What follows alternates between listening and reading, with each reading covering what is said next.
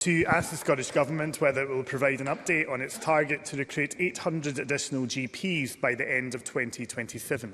Cabinet Secretary Humza Yousaf. We are making good progress, and since 2017 GP headcount has increased by almost 300, 291, and a record 5,209 GPs are now working in Scotland. We've increased medical undergraduate intake as well by 448 places since 2015-16, and will also be increasing GP speciality training by 100 places over the next 3 years.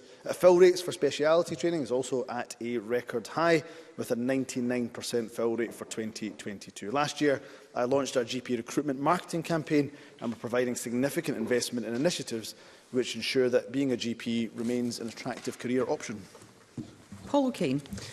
I thank the Cabinet Secretary for his answer. We know that Audit Scotland has found that the Scottish Government will fail to meet their own target for increased GP numbers, which is indicative of their failure in workforce planning over many years. But it's not just the recruitment issue.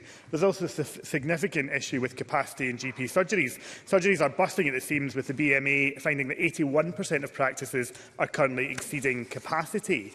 In the village of Neilston, which I represent, I spoke with GP partners of the Neilston Medical Centre, who told me they are struggling to find the physical space to meet demand. They applied to the Scottish Government for loans to increase space, but the application was rejected. Indeed, if the practice can't expand, they may be forced to close their books. So I would ask the Cabinet Secretary why GP surgeries are not being given the support they need by this Government to extend provision of general practice in their communities. Cabinet Secretary. Well, they are being given support. That's why we've increased GP numbers by 291. That's why we've increased multidisciplinary team numbers by 3,220. It's not just about, of course, having GPs. That's very important, hence why we're increasing the numbers. It's about having that multidisciplinary team right across GP surgeries in Scotland. We do have a loan scheme, which Paul O'Kane has mentioned. Of course, if there's a particular issue that he has, I'm more than happy for him to write to me. But we are providing support for our general practices and for our general practitioners.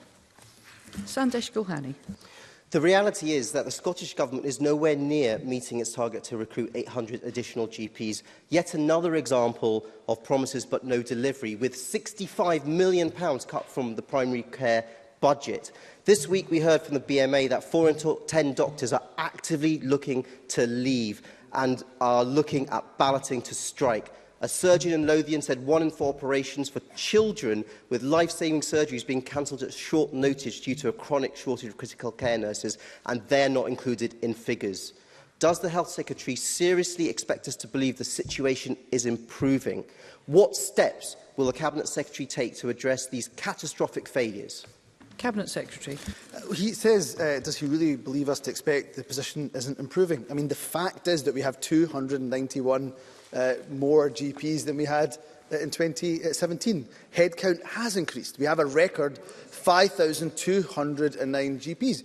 We have 3,220 multidisciplinary staff, many of them working right across general practice up and down the country. So we'll continue to support general practice. I've mentioned, of course, that we're increasing our medical graduate intake as well. On top of that, we have a 99%, a record high fill rate when it comes to speciality training too. So I'll continue to work with the British Medical Association, I'll continue to work with the Royal College of GPs, but this Government has an excellent record in supporting our general practice. Not only that, an excellent record in helping and assisting our general practice, particularly in rural Scotland, where we know there's some challenges, and the ScotGem programme is just one example of that.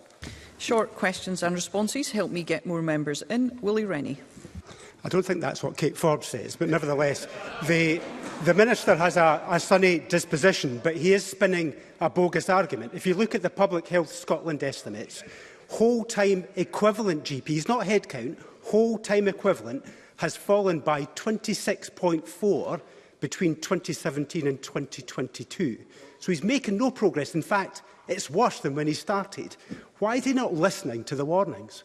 Cabinet Secretary. We are. That's why headcount numbers have increased by 291. And in terms of whole-time equivalents, it's a good thing, of course, that we are introducing flexible working. That helps with retention. So I've already outlined all of the key lines, all of the key measures that we are taking to support general practice. And I do not think Willie Rennie is in any position to lecture anybody on electoral success.